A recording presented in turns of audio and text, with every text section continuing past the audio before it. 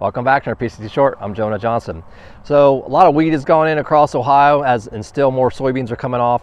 And the question this week is the Hessian fly of small greens a problem still in Ohio? Well, the short of the answer is potentially, and it still can be, even though there's been a fly-free date established for many, many years here in Ohio. And so what is the Hessian fly? So the Hessian fly is a small wispy gnat-like fly, not like typical black flies you see flying around in your house or the barnyard. But this insect lays eggs, and the eggs that hatches, these larvae crawl to the base of the small grains plant, whether it's wheat, rye, or barley.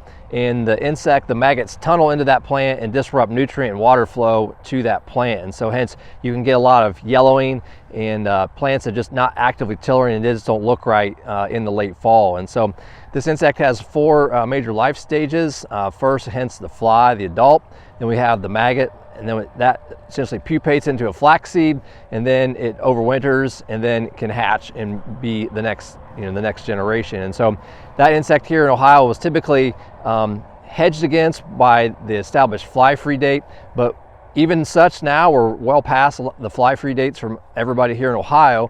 But why I bring this to your attention is because with the warm conditions we've had, and some growers had some really early beans that came off and planted their wheat really early this year, and hence always people are flirting with that date every single year just because of weather coming and what have you, and just want to get it done, is that this fly can still be active when we have air temperatures greater than 55 degrees. Below 55, the insect is not as active and will stop and essentially end its life stages. But as we've had these warm temperatures in the day, in the 70s still going on here in Ohio, that could still foster this insect laying eggs. So again, if you think you have wheat that's looking stunted, yellow in the upper campion, just not right, dig down on those base of the plants, look, open up those, separate the leaf sheaths and see if you see any larvae feeding potentially. Now, is this going to be a major problem? I don't foresee it to be, but just something to consider if you have some stunting or something not right with your wheat field, because this is a pest that's basically been forgotten about, but we've had a lot of questions over the last couple of years about it. So for more, follow us on PCTnutrients.com. I'm Jonah Johnson. Thanks for watching.